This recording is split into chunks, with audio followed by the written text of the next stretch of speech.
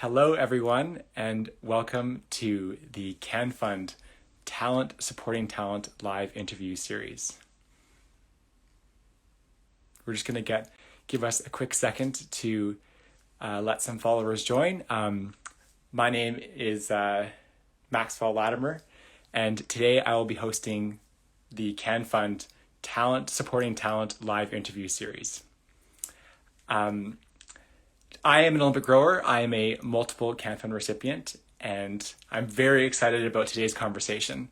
Can Fund is an organization that believes in investing in Canadian talent. Can Fund supports Canadian athletes because they know that in order for athletes to get to represent Canada on the world stage, they can't do it alone and they need the support of others. Today, I'm very excited to say that we are talking to George Stroumboulopoulos. Just a quick little bio while we're waiting to get this going.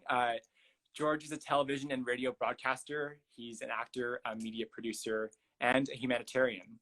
His Apple Music show, Strombo, is heard in over 160 countries worldwide. He is a 11-time Gemini and Canadian Screen Award winner, and he's Canada's first global Goodwill Ambassador for the UN agency World Food Program. And we're very excited to talk to him today. Just sent a request to George to join us. So I'm... Hello, Max, how are you? Hello, Max, how are you? Hey, buddy, how are you? George, good to see you. How you doing? I'm great, thanks. Thanks for having me today. It's nice to be with you. Where are you saying hello from? I'm in Los Angeles right now, so I'm doing a show out of LA, so I'm here for a little while. I come back to Toronto in a couple of weeks, and I'm excited to come home. But yeah, based in LA, so lockdown with this weather, not so bad. Yeah. I'm enjoying my time on the Pacific Coast as well, so it's a good place to be. Are you in Vancouver or? I'm in Victoria on Vancouver Island, so I'm beautiful. loving it. I shot a movie once in Victoria. It was quite fun. It's a pretty amazing place. Great place to train for us athletes. I gave a little spiel about you in the intro, and so I want to really get right into it. I know your time is precious, so No, I'm happy to talk. Whatever you got. Okay, sweet. So, ballpark, how many people have you interviewed over your illustrious career? Thousands and thousands, I would imagine. We were doing 2 to 5 a day for decades, so it's definitely thousands of people. I've been able to, so many that I have forgotten most of whom I've interviewed. So that I'm very lucky to have been in the heads of so many strangers and share the deeper parts of my mind with them as well. So it's too many to count. That's awesome. Now, flip side, how many people have interviewed you? You know, a handful, but I'm very hesitant to do them, to be honest with you, because I like real talk. I like real talk, and most people don't want a real talk. And then I'm generally like looking at my watch thinking, what am I doing here? So I'm always happy to meet and talk to whomever wants to, especially if we can have like that real heart of the matter conversation. So I'm hesitant, but I'm happy to do it. That's great, because that's kind of what we want to get into today. I mean, Jane had talked to me in a great length about the talent supporting talent, and that's the series that she's been trying to promote with Can Fund. Mm-hmm. And that's exactly what we're trying to do here. And it's we'll get right into the questions. Yeah, for sure. What was your first job? My first job, you mean in the media or not media? We'll start in media. My first job in media was at a pirate radio station. I was in, this guy that I knew was in radio school with me, and he was, I don't know how old I was, maybe 18 years old. He was an adult, meaning he was in his 20s, and he had a family. So he needed to find a way to make some money. So pre-internet, what he did was he came across plans for how to build a transmitter. Pre-internet, remember? So he went and found a bunch of parts and assembled an illegal radio transmitter, then went to a shopping mall in Rexdale, the neighborhood I was from, and convinced the mall to let us use one of their broom closets to broadcast from. And the way he wanted to make money was he wanted to play Christmas music, holiday music throughout the mall's intercom system, but then go to the different stores in the mall and sell ads that he would take a little piece of to help feed his family. So we did that, but because it was an illegal transmitter, it broadcast to the parking lot and just across the street. So that was my first radio job. I don't even remember what it was called, but it was that pirate show. That's amazing. Okay, so now your first maybe mainstream media job was at Much Music. Now Well, that's where I remember you from. oh, that's okay. So what's interesting is that I actually started before that. So I worked at depends on how you. So that was my first big TV show. You're right. I worked at the Fan, a sports radio station in Canada, Toronto, when it launched. I did the Fan for 4 years. Then I went to a radio station in Toronto called The Edge, which was a big music show, and I hosted an interview show and a music show there every day called Live in Toronto. Then from there I went to Much Music. So by the time I got to Much Music, I'd already been doing it for 8-9 years, something like that. And then I hosted a live comedy show for some local TV channels for a while, just like a series. Then I got the Much Music job. So yeah, definitely that was the first one where most people outside of Toronto got to know who I was. So how did you like that jump from radio to TV? You know, it was, I hate to say this, but it was really easy for me because and maybe it's been like that in my whole career, if I'm being honest. I never really care about what the medium is. So the camera, the phone, the iPad, the big camera, a film camera, a microphone is always the least interesting part of it to me. The story and the connection is what I've always cared about. So when I had to go to television, I just kind of went to television, and I never really thought about it, to be honest with you. And then over time, you realize that each medium requires a different approach. Like any discipline you have, every sport is athletics, but it requires a different discipline. So I started to work on that, but I liked it. I liked Much Music because it was just a chance to carry on what I'd already been doing for a long time, which is sharing music with people and helping people feel like somebody at home got them. And that's always been how I wanted to do it. But it was really easy, to be honest with you, the TV thing. I never really thought about it. Yeah, I think it's really cool because your ability to connect with people, especially in like the armchair to armchair setting, I think was something that I think viewers across the country all really enjoyed. And clearly it's because it comes from your heart of what you wanted to produce for the audience to listen to. Well, thank you for saying that. The truth is that there were a lot of times in the middle of a conversation that I was aware that I was on television. And there were a lot of times in the middle of a conversation where I forgot I was on television. And that's what I was always aiming for. Yeah. You're just looking at somebody and you're trying to get right to their, because the truth is that, you know this, every human being has something to share, but you have to do the work to make them feel comfortable enough to open it up, especially if it's an uncomfortable conversation. So there's no point in just sitting there and looking around and paying and not treating them like a valuable person. So that's always how I did it. And sometimes, like I said, sometimes it didn't work, but sometimes it did work. That's great. Now, so along that line, what would you say is the best advice that you have been given in your career, and what has helped you get to where you are? I had a boss early in my career who told me, never talk down, like he said, A, never talk down to your audience, but B, F them if they don't get it, meaning don't spoon feed them, right? And he said, treat your audience with respect, but obviously, but don't try to spoon feed your audience, because he thought that was bad for the culture. So he taught me that and that's kind of how I've done my career, which is I don't really have the easy conversations all the time. And I think that's important, right? So I learned that really, really young. And then I also learned from this guy called Murray Smith, who was that guy who taught me that was Bob Mackwitz. But Murray Smith was this radio DJ I used to listen to, who said to me, be prepared, think for yourself, practice, practice, practice. And that's kind of been, there's no real magic to it. But the hardest thing for people to do is think for themselves, right? And then realizing that even if you have any element of like, and you know this, because doesn't matter what, you won gold, you know what you're doing, but you can very easily slip just a moment if you're not practicing, if you're not on it all the time. And that kind of discipline has always been really important to me. And I learned it from those legends.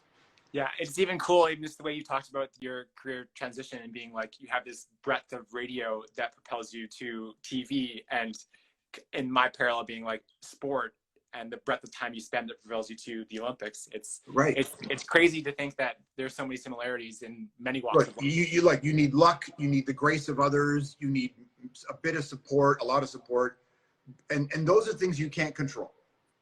The one thing you can control is your commitment to it.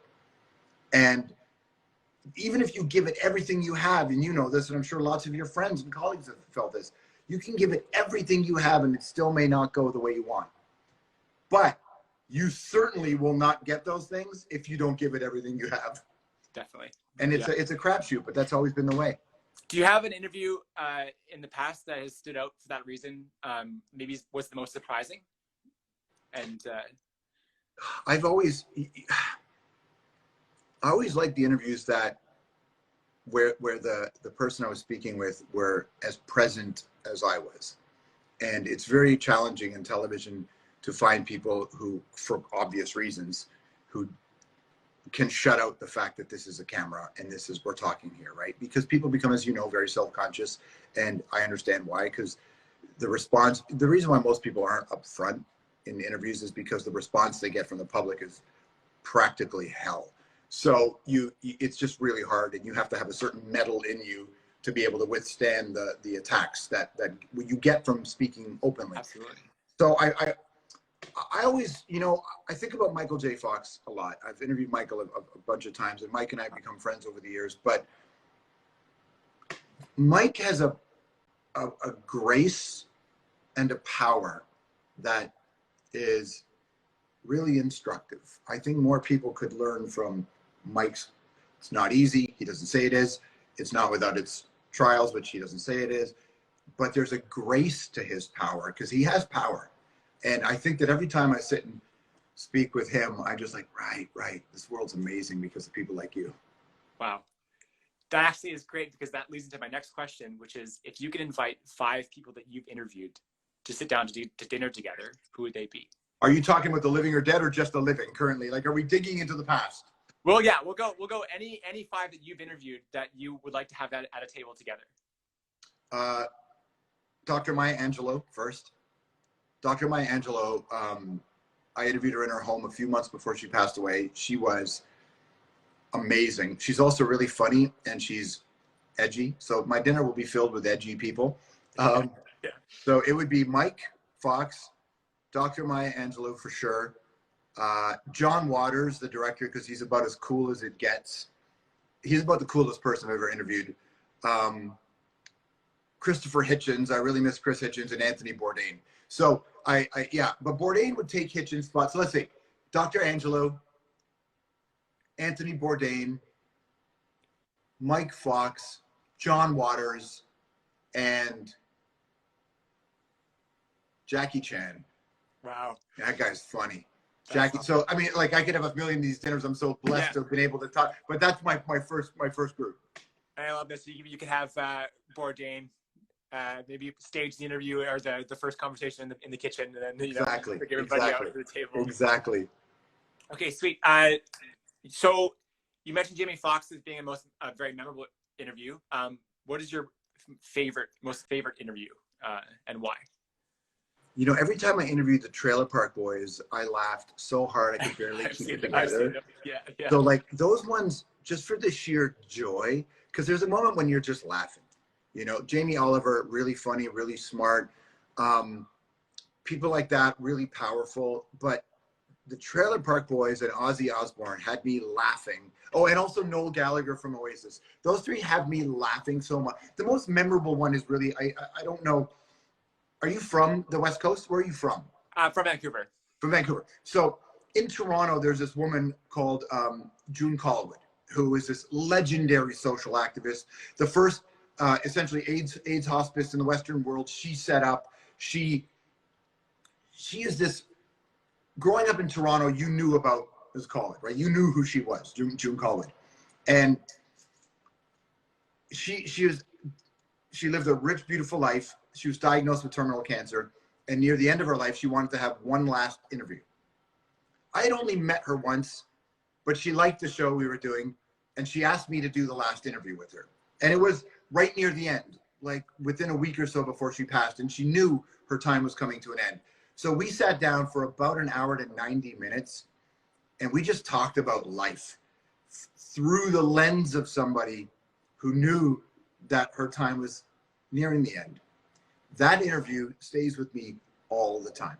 Wow. So that was really, she wasn't the most famous in terms of celebrity by any means, but her impact on the city, the community, the culture, me, on her friends was really meaningful. And when they had first reached out and asked if I would do the interview, I'd said to them, she has a lot of journalist friends. I think it should go to one of them, right? I don't want to overstep my bounds, right? I was never been the person who wanted the interview for the sake of it. I really respect relationships. And her people said to me, June knows this interview will go dark and you're not afraid to do that.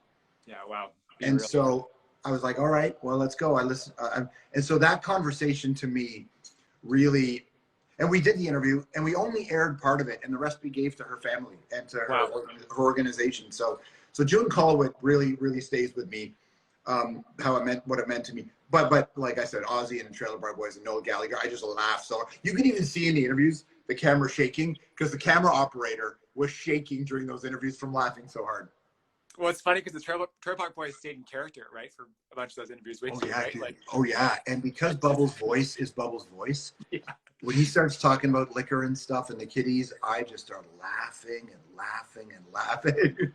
It's like something to be so proud of as a Canadian, you know? It's just like the humor that really sticks to our core. Yeah. Now, we talked a lot about interviews. Is there something outside of the interview stream that you've done in your life that you're very happy that you did?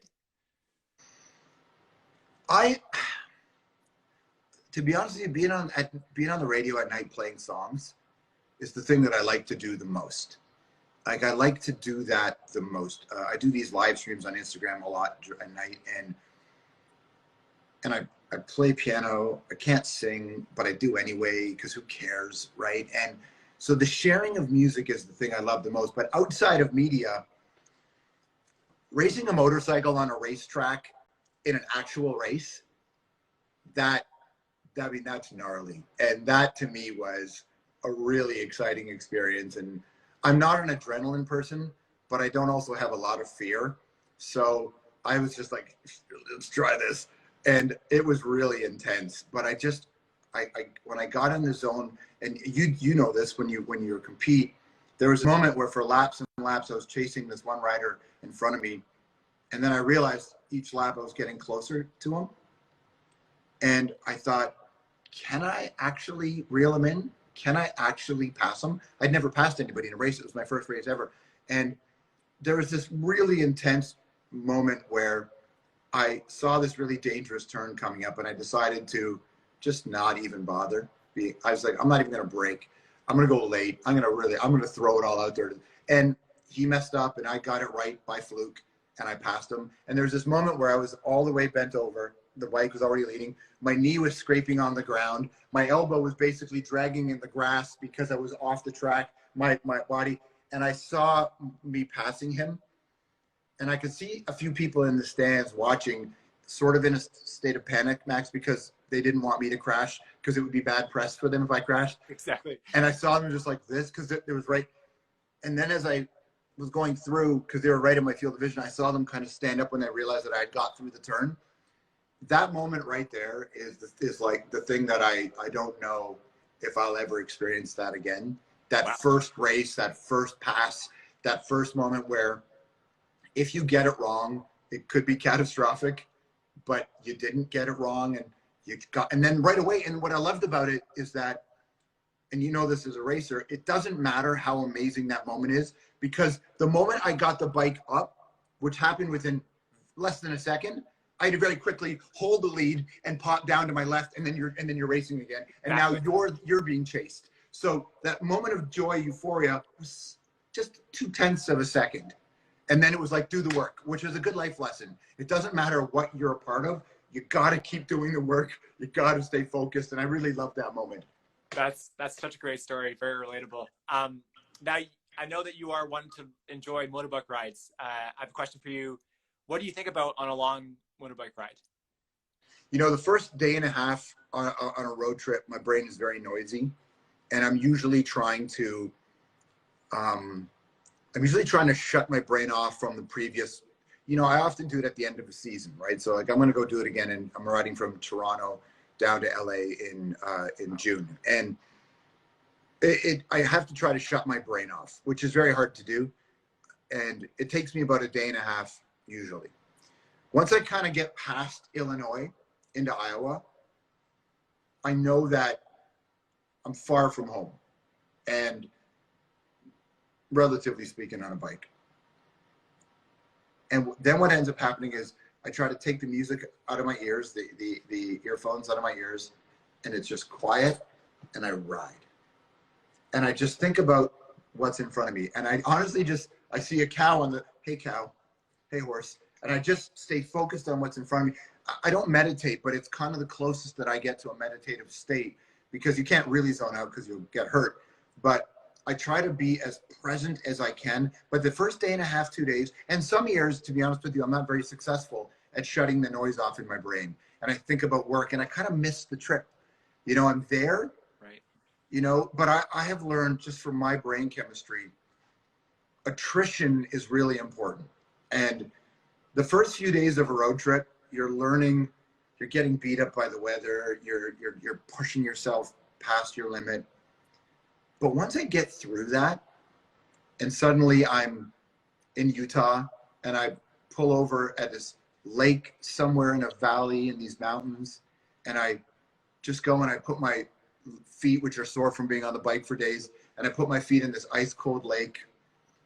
I have a snack, I drink an energy drink, and I just kind of, I look at the thing that's in front of me. I'm a city boy, right? Like I camp, I know how to do it. I'm rugged, I'm outdoors, but I'm a city boy. So it's not my first language, that feeling. I've come to learn the language, but it's not my first. And I've camped a lot in my life, a lot. But that moment where I sit with my feet in the ice cold water, either a stream or a lake, and I'm got the boots beside me, the bike, which is like my baby right there. The bike is like the most important relationship sometimes yeah. To me. And I just kind of, that feeling's really nice. There's no sound, there's no music, there's no cars, there's nothing. There's just me sitting there thinking, cool. And then when I'm really in a good space, I just kind of take my jacket off, I put it on the ground, and I just fall asleep on it for a bit. I just nap beside the bike, and then I get up and I feel like a different person.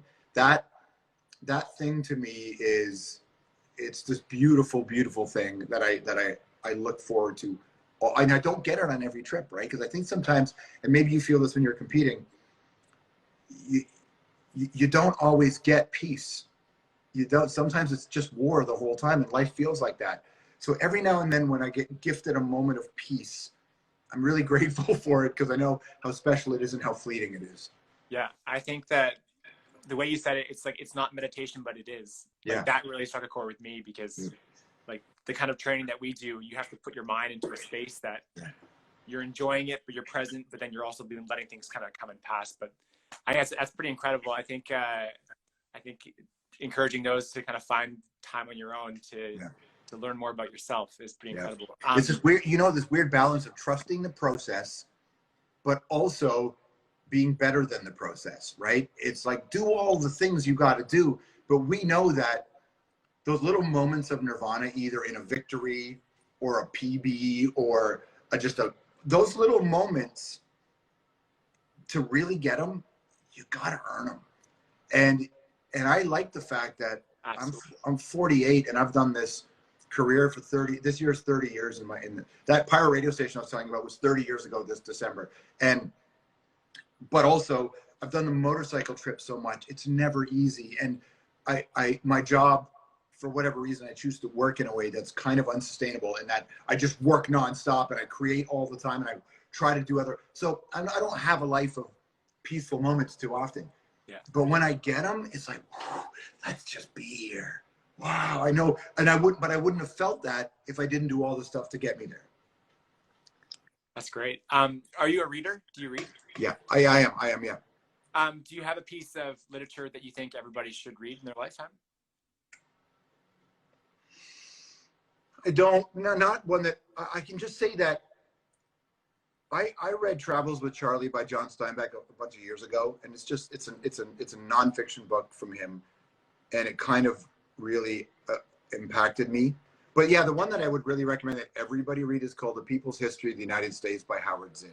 It is not it's about, of course it's about the United States, but it's about the human condition, and it's about the injustices that have happened. You know that phrase, history is written by the winners, and this really, really kind of breaks down what we learn in school. You know me, I'm pretty punk rock in my approach to life, and social activism and social justice. And there are a lot of people who don't like my worldview, but I don't care because I think we're on the right side of history. I know we are, and human rights and all that. But we never learned that, with this tragedy in Kamloops that we're hearing about with the children. But also what's even incredibly heartbreaking and should be infuriating to everybody is that we know this isn't the only case. We know more is going to come, and we know the government's apology isn't going to be met with the action we need, and we know all this. So, but I sit back thinking, like, I'm a really plugged in person in terms of the news. I pay attention. I didn't learn about almost any of this stuff in school,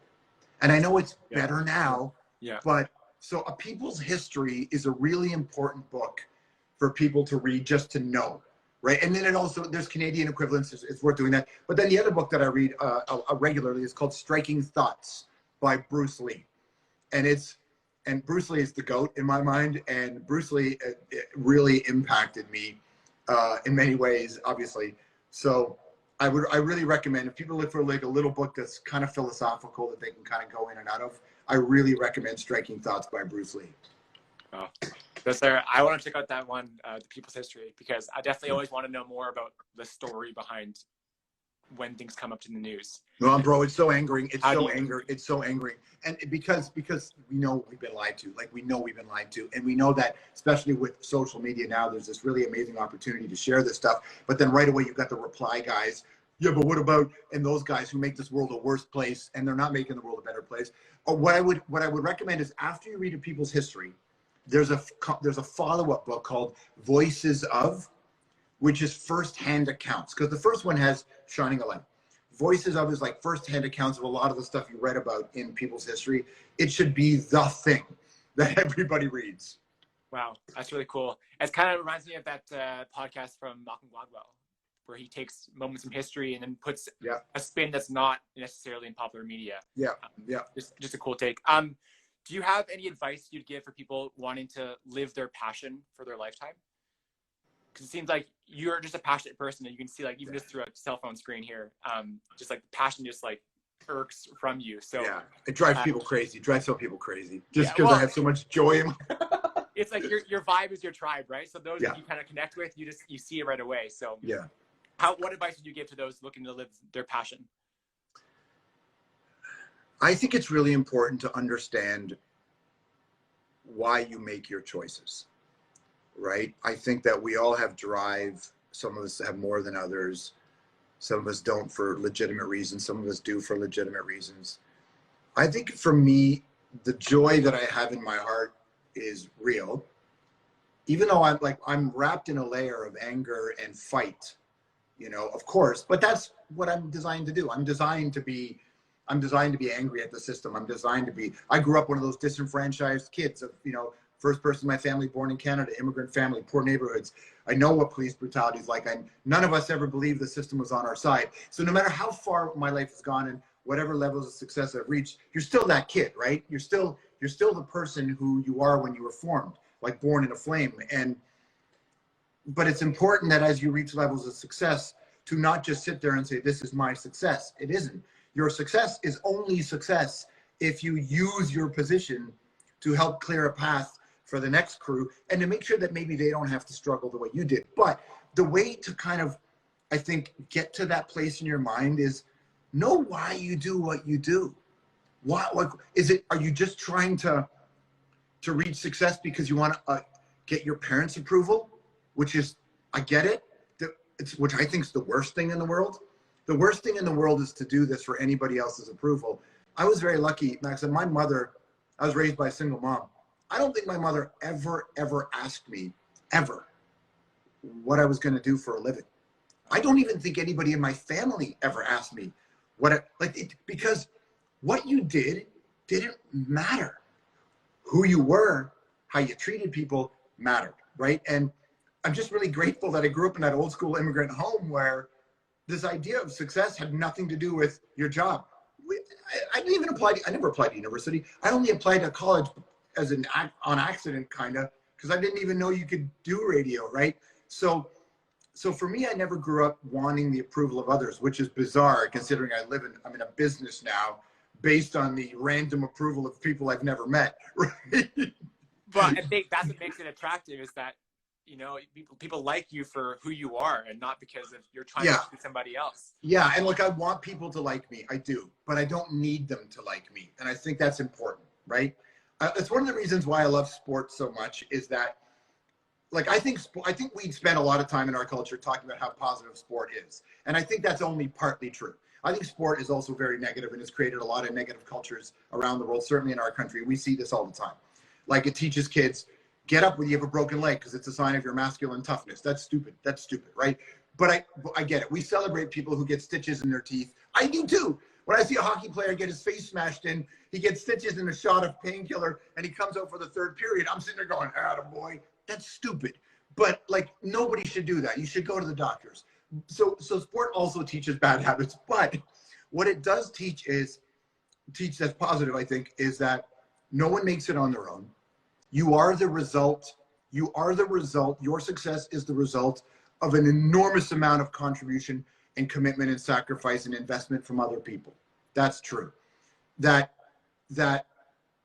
what I love so much about sport is it really is, every win is a community win. Even though one person might hold the medal, it really does reflect everybody who's been a part of your story. And also when you won Pan Am, when you win, like, I'm sitting there going, yeah, the feeling I'm going to get from that is real. And sport is the only thing where nobody knows the outcome.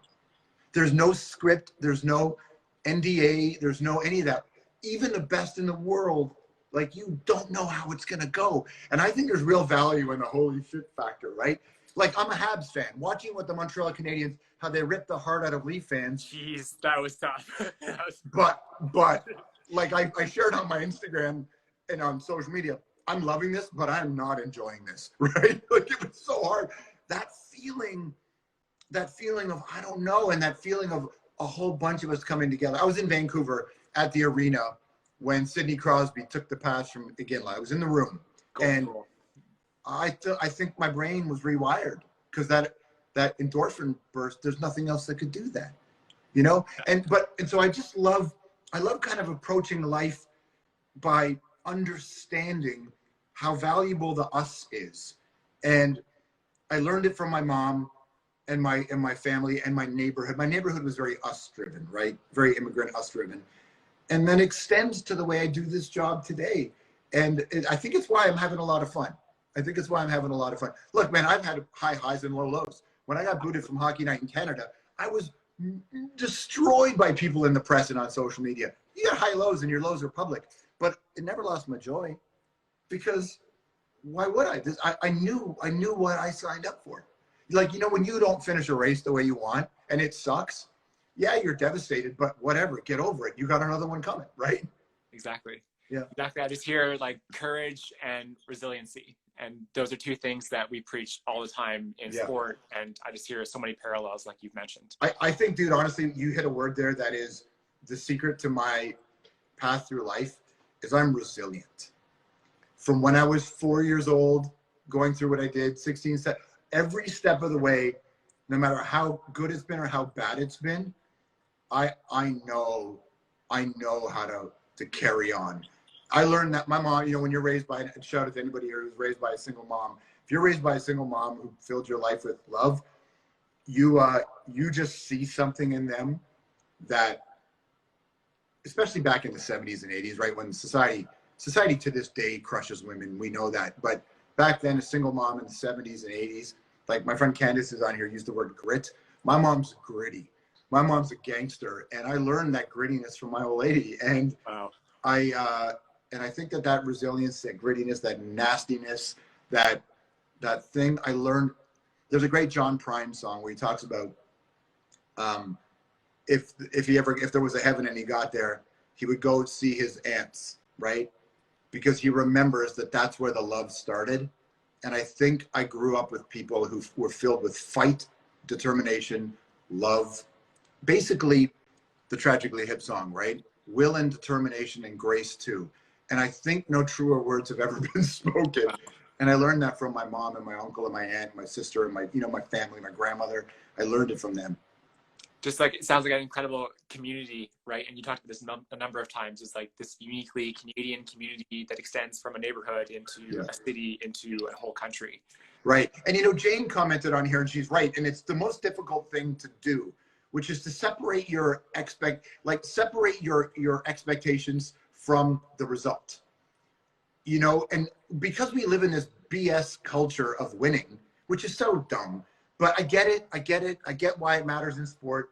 It's why I want to watch the best in the world be the best, because I know how hard it is to do that. But for most of us who don't have a score to determine life, the result is kind of the least important thing, right? It's because the most impactful athlete in my life, I mean, of course, Michael Jordan was huge to me, but was Rick Hansen. So Rick Hansen, to me, he's the only athlete that I had a picture of on my wall. And it took a long time before the Paralympic Games got any love. And it was, you know, what he did. And of course, Terry Fox. So I grew up in an era of Terry Fox and Rick Hansen. To me, they're the greatest I've ever seen. Oh. And I know it wasn't a sport, but it was a hell of an accomplishment.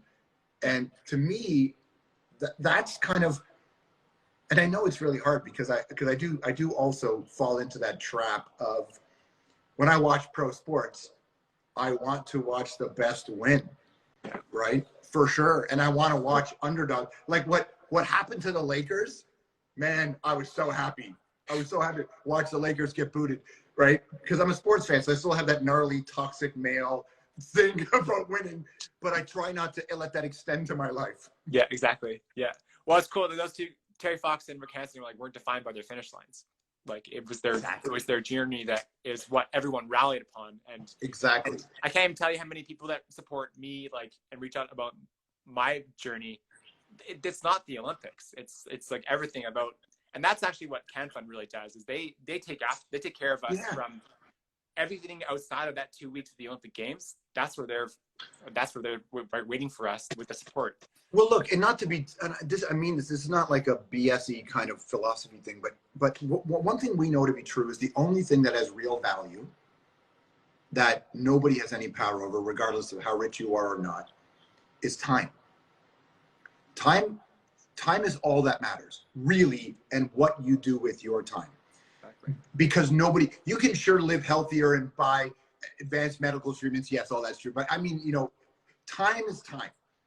And we will all get old and we will all be finished. That's the truth. So if time is the only thing, like how long does an average race of yours take? Yeah, a little over 6 minutes. Right. And how long does and it's a lifetime of prep for 6 minutes, right? Yeah. Well, like it or not, for what most people might think, those 6 minutes are only 6 minutes. Yeah. Everything you've experienced in all the time, because time is what's the real currency. And that's why people really want to make money and retire, so they can do what they want with their time, is that's what matters the most. So when I do the show, like now I'm on the air 2 hours a day. The old talk show was 1 hour a day. I used to do a show that was 4 hours a day. Last Sunday I was on the air 6 hours a day. But when I was doing that late night talk show, it was 1 hour a day. But it took 15, 16 hours of my life to get that 1 hour ready. And I realized that once I no longer enjoyed the 15 or 16 hours, that 1 hour wasn't worth it. And I'm sure you're going to reach a point too where you're just sitting going, why am I doing this to myself for 6 minutes? Forget that. And I kind of really approach that way. So that's really great. I like that parallel too. But just being present and enjoying what you're doing. And I might actually take that one forward, because that's great. Like taking that 6 minute chunk in training, and it's all the same value to you if you make it so. So who won the gold medal in the Olympics in your sport 30 years ago? Do you know? Well, my event didn't exist 30 years ago. Right, fair enough. But like if you think about all the medals that are handed out in every Olympics, generally speaking, the public remembers a handful of them, and then we don't remember the other people. Like, we don't remember, right? So, but that's a really beautiful thing, because people chase glory, and I get it. But it's temporary too, because they say you die twice, right? Once when you take your last breath, and the second time when your name is uttered by somebody else for the last time. So ego is what drives a lot of people to success, but it's even that's temporary. There are very few, like, dude, in 200 years from now, most people won't even know who Michael Jordan is, but they're gonna know the shoes, right? Yeah, So there you go. So that's my point is that it's like, I mean, name the best actors 60 years ago. We can name 5, but who's going to name the rest? So that's my point is that, like, glory is so fleeting, even if you accomplish it. Yeah, that's actually a good perspective. Really good perspective. You talked a lot about like special Canadian talent. Do you have what's so great and special about Canadian talent, and what makes us unique? We are. Sorry, obviously you're very proud of your background, and I know you promote Canada and the U.S. like constantly. So it's I think you're a great person to answer this. You know, my favorite artists in Canada aren't the ones who brag about Canada. My favorite artists in Canada, you know, this will come as no surprise to you, are the ones that challenge who we are. Because I think that I used to be a proud Canadian as a kid, right? Before I really understood what national pride was and how impactful it is. And then I realized that I'm only really patriotic when you're, like, in sports, to be honest with you. Music, of course, but I think what makes Canadians, what puts us in a unique position is that because we are so similar in geography, language, media to the United States and the UK even, our country, France, UK, or London or England, the empires, the tragedies that they committed when they came to what is called Canada, we are born out of a reflection of somebody else, right? We are all from somewhere else, which means that when done right, we're very good observers. We're very good observers because we know that we were placed here. And Canada to me is only an idea, and it's something to aspire to. Because we talk a lot about who we are, but then again, the story in Kamloops, it's like, oh God, we're not there. You know, we're not there. And so my favorite musicians, Propaganda, Alexis on Fire, Neil Young, of course, Joni, Cardinal Official, they shine a light, Jesse Reyes, they shine a light on some human truths that I really value. And I think it's only since maybe 15 years where there was this Canada Proud business that really wasn't part of us growing up. Maybe I just didn't see it in my neighborhoods. So the Tragically Hip, like, people always look at the Tragically Hip as this great Canadian band. That's true. But if you listen to the lyrics, they're not rah. No. They're hard truths. Yeah. And I think we're really good at that. It's one of the great things about that 60s music in the United States, punk in the 80s in the US, 70s, and a little bit in the late 80s in hip hop and rock and roll into the early 90s, is that if you get caught up in the patriotism of your country as an artist, I think you're failing. I think your job is to make people better and to shine a light. And I know how people always say, speak your truth. I'm not that interested in that. I'm interested in speaking the truth, right? And the truth's really important.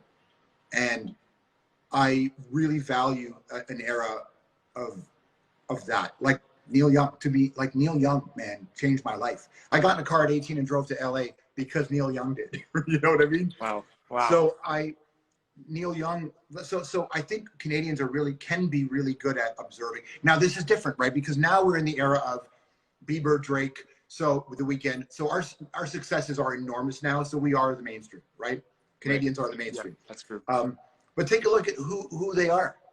Take a look at who is the mainstream. It's not that old school version of Canada that's always propped up on pick a random sports show or on a postcard. Like it's the truth. Look at what Tanya Tagak is doing, what the band, The Hallucination, are doing, the crew. Like, our truth tellers are reaching the top. And I really, really respect that. So I think we can be unique when we're good observers. I think we can be unique when we are doing that. Wow. That was a very insightful answer. It was more than you bargained for. I'm sorry. Yeah, I tend to ramble about what I care about. Well, I'm excited to listen back, to be honest, because you just gave me so much there. I feel like multiple people are going to be able to take something away from that. Just as like, even going forward as somebody who's going to be on the stage representing Canada, just a way to think about what you're doing. And when you talk to people, and you matter to us, your team matters to us. And we want you to win. We want you to place. We want you to succeed. We want all that. You will have moments where I'm sure I'm sure it's going to go exactly the way you want. But for some athlete, if you beat somebody, which you will, that means somebody out there is going to have not reached their goal, right? Their accomplishment is no less valuable. And I think that what I really love, maybe this is because I grew up watching the Montreal Canadiens, who were really good and then were really bad for a long time. Your favorite athletes lose more than they win. And it teaches you that the thing we really like is to be a part of their journey. And I don't know how many here of people watching remember that Blue Jays run to the World Series. But what was so great about that first World Series run and a couple of the pennants before was we watched those people develop. They were ours. We were theirs. And I think that what I love about the Olympics is that, an international sport, is that you didn't get into this to make money. You didn't get into this to get all the endorsements. We hope you get them, but we know how rare that is. You got into this because competing for that flag matters to you, and competing for us matters to you, and competing for you matters to you and your community. And it's the only time where I look at the flag and say it means something positive, because all flags to me are complicated. But when it wraps around your shoulders for what you did, I'll be sitting here crying.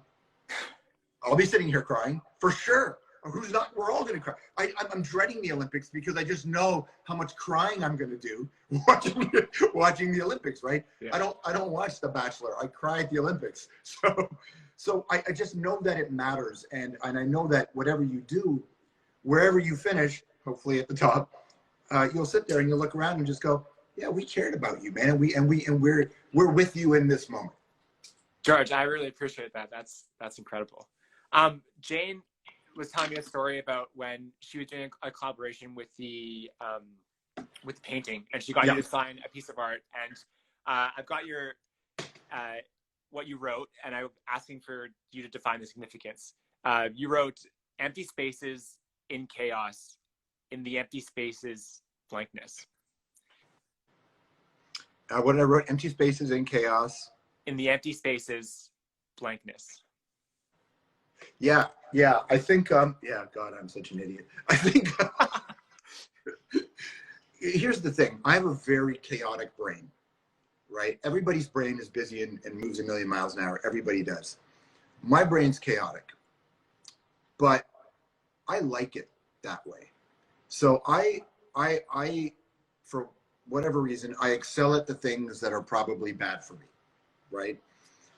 And so I live a life of big guardrails. I don't drink, I don't do drugs, I don't eat meat, I don't consume dairy, I barely gamble, I quit Red Bull, which is the hardest thing I had to do. And I don't smoke anymore. So to keep myself healthy, I've had to erect these enormous walls to keep me on the path, right? And I realized that I'm in this empty space now where I can't do any of the things, or don't do any of the things I used to do. And it's just chaotic for me because I'm just like, oh shit, where's the fun, right? But it's just blankness now.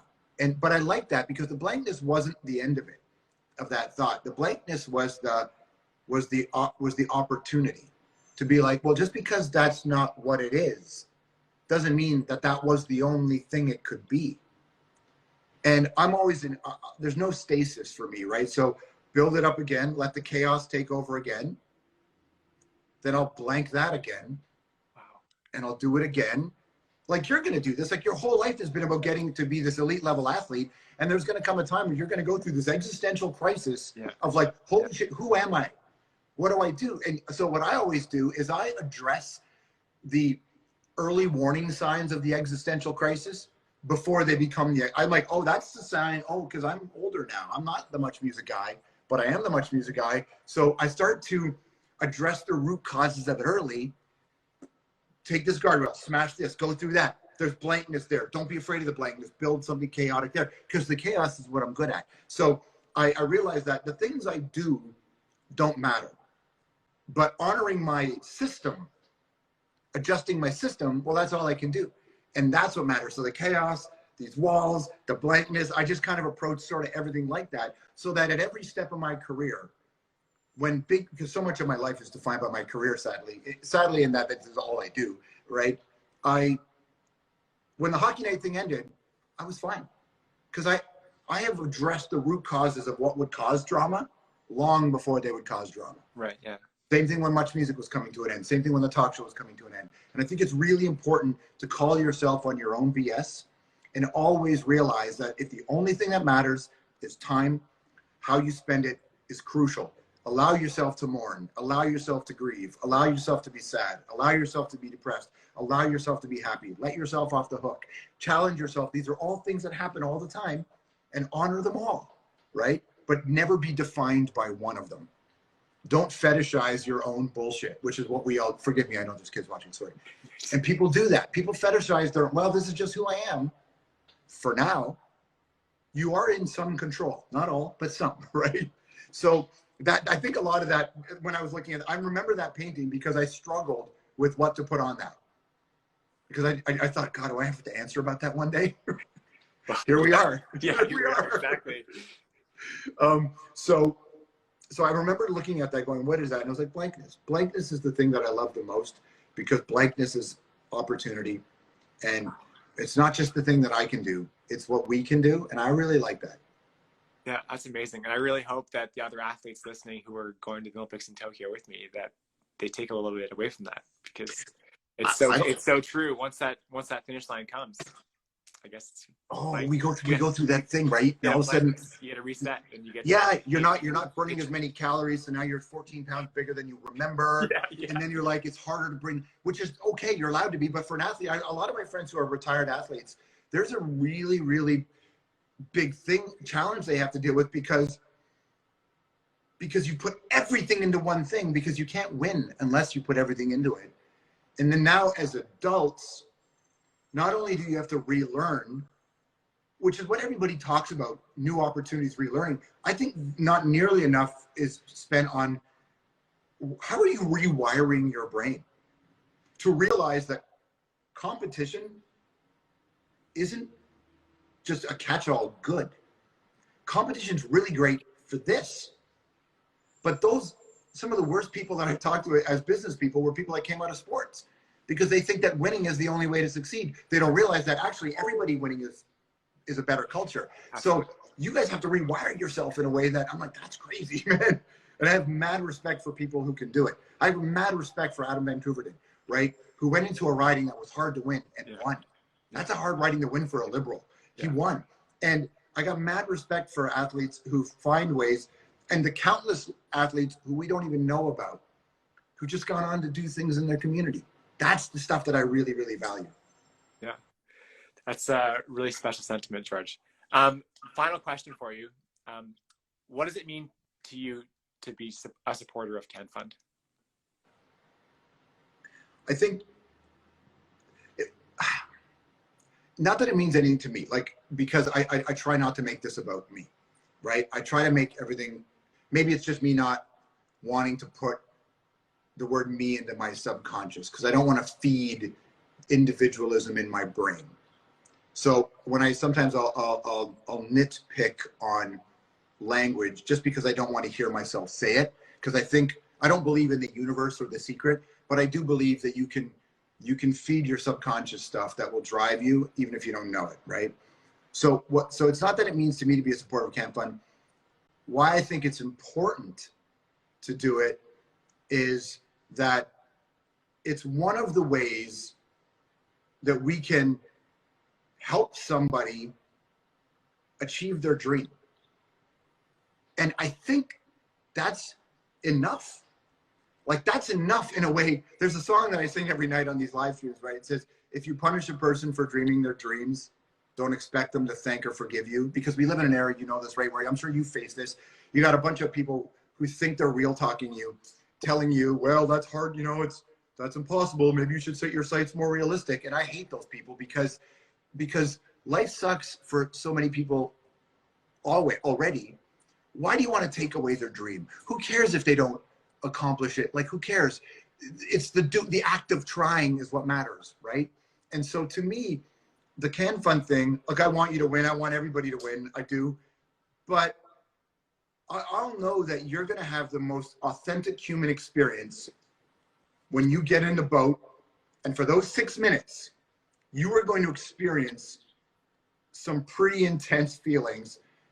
And at the very end of that, whether or not you won, I know that you had the most intense experience you could have, the culmination of all these years of training.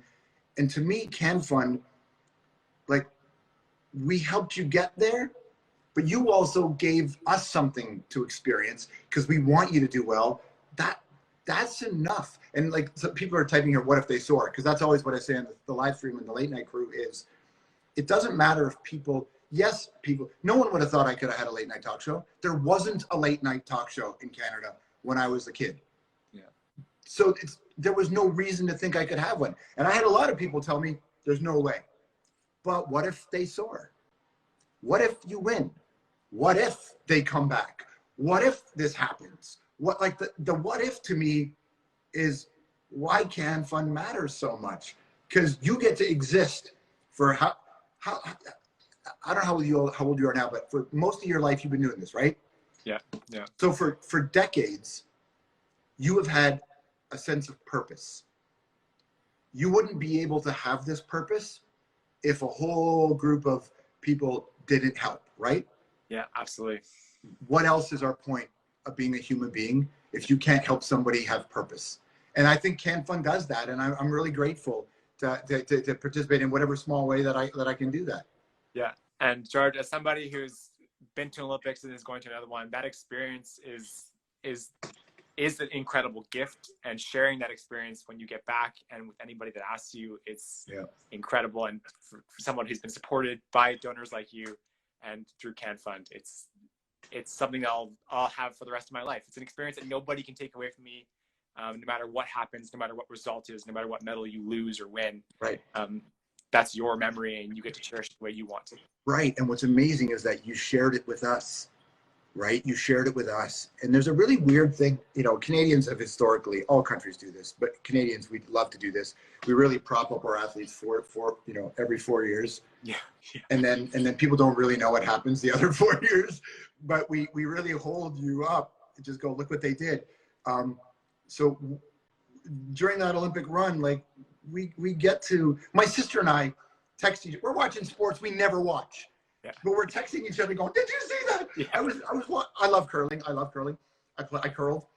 When I was watching people react to Canada winning goal at curling, I was watching people freaking out, and I was like, this is really beautiful. There's so many reasons why we don't like each other.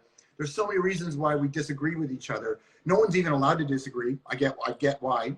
We're living such a divisive era. For 20 minutes, we all get to cheer for the same thing. That never happens. Yeah. It's like that Vancouver 2010 atmosphere. As a kid, I was in Vancouver, right? And you were walking down the street, the most international crowd I've ever been a part of. But just it's the best, bro. I was there. I couldn't believe it. I kind of went into my friends and I went to a bit of a soft, non-clinical depression after that, because the letdown of, oh my goodness, what did we do? And we also knew that we're never going to feel that again. We also knew that because it was all that on the podium stuff, like it was all getting to that place. And then, before that we had the Ross Rebeliati, John's thing, the drinking of the beer. There was just so many things happening in the Winter Games. We're just kind of like, God, man. But I remember how I felt when Donovan Bailey won. And, my favorite athlete as a kid, of course, the other one I didn't mention, but I do still love him, was Ben Johnson. Because Ben Johnson's win was huge. And those and I know what happened after that, but that's sport. All these memories we have them because of what you and your colleagues are doing. And we talk about it with our friends. You gave us that. So I'm just really appreciative of it. Well, this has been an incredible hour. Honestly, I've taken away so many things from this. George, thank you so much for being a part. No problem. I got to go do my show now, but listen, we're just going to air with it. But I wanted to say that we're not finished, because you, by the way, are getting the 2021 Can Fund recipient funding. Wow. So you've got this, and was it like $6,000 you're going to get, which hopefully will help impact you in your final prep for these games. Oh my God, George, that's incredible. Oh man, Jane's so sneaky. She does this stuff. She sent me a message. She's like, don't tell him until the very end. But I know that you understand that you're not in this alone, and you're part of an organization and a group of people who also really value the togetherness. And so we're just really happy that you're getting it and this funding. And Ken, like I said, we all want you to win, but come what may, you're there. How do you feel about being there, by the way? Are you freaked out? Does the COVID thing Well, I was in Europe like 3 weeks ago to qualify. Right. And the way the team handled that travel, my worries are like down to nothing, because Good. like the staff here are just so incredible, and the team doctors, like, they're working their butts off so that we can just compete. And I really think that the IOC and the way that the Japanese are going to host everything, I think it's going to be incredible. And hopefully they can just do a good job at sharing it over any medium we can, so that without having the fans there, that as many eyeballs can enjoy the Olympics like they do every year, every 2, 3, 4 years. I just saw Billy Bridges had a quote he posted up, which I really love, which is, don't hope they win, help them win. Wow, that's great. And I think that's true for all of life. Yeah. Don't hope. It's one thing to hope the best for somebody, but if you can, help. Yeah, well, George, you helped me today, so I'm got some things to take away. So thank you very much. Thank you. No, thank you so much. I really appreciate it. It's really nice to see you. I cannot wait to watch this. And the one thing that I've loved about the last year and a half, I've never really been the guy that sat at home and watched TV all the time, because I've been out doing stuff. Yeah. But I have learned just how much I love sitting on the couch watching TV. So the Olympics are going to give me something to go with. Jane's quote. Thank you, Billy. Jane's quote. So I just love the fact that I'm able to watch this. I'm going to be cheering you on very, very proudly. Thank you so much, George. Enjoy the rest of your day, and have a good show tonight. Thanks, buddy. Good to see you. Yeah. Bye-bye. Bye.